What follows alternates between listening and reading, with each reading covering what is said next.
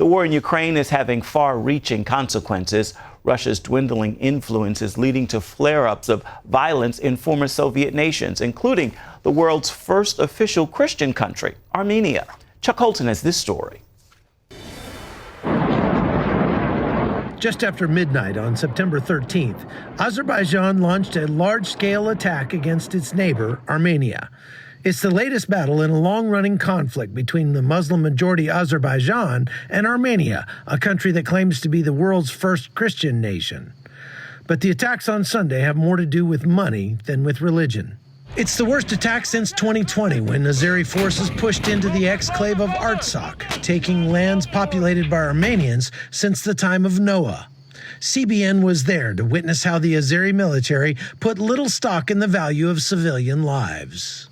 So you see this car right here was hit by cluster munitions. All of these little holes are from the thousands of projectiles that are thrown out by these things. They are definitely not meant for civilian areas. They're meant for troops in the open. The most recent attack looks to be no different. We have several civilians wounded. The attacks were not only against Armenian military positions, but there were attacks against Armenian civilian towns and villages. Several homes have been damaged, including municipal buildings. So it was an attack against military and civilian infrastructure. In the current conflict, Azeris aren't attacking a remote area, but Armenia proper, and the objectives have everything to do with the current war in Ukraine. People here in Armenia are understandably disturbed by the images they see coming out of Ukraine, but it's difficult for them to take a stand against Russia when Russia is the only country that stands between Armenia and their enemies to the east in Azerbaijan.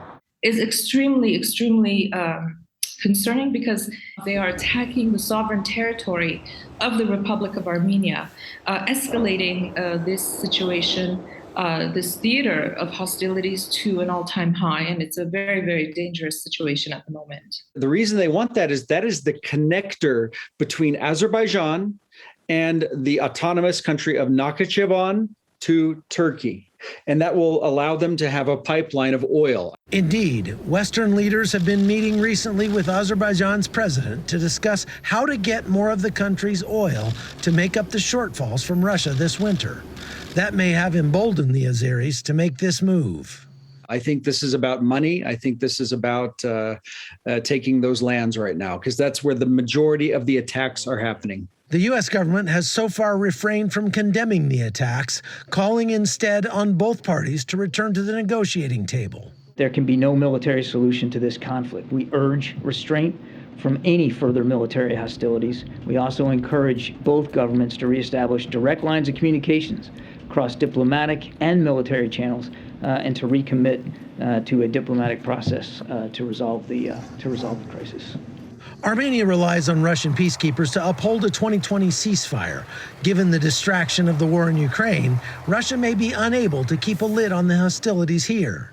That runs the risk of pulling Iran into the conflict, which moved troops to the border on Monday, saying it would not stand for any change in Armenia's territorial borders. While Azerbaijan desperately seeks a path for its oil to the west, many Armenian Christians see something deeper with the current conflict. I believe this is a spiritual attack. This is a spiritual battle that has been stirred up against them. So pray for the strength and the faith, and that the gospel will continue to go forth here in Armenia, and that it will go forth in these countries that are attacking, because that is the only way we'll have peace, is in Jesus Christ. I'm Chuck Holton for CBN News.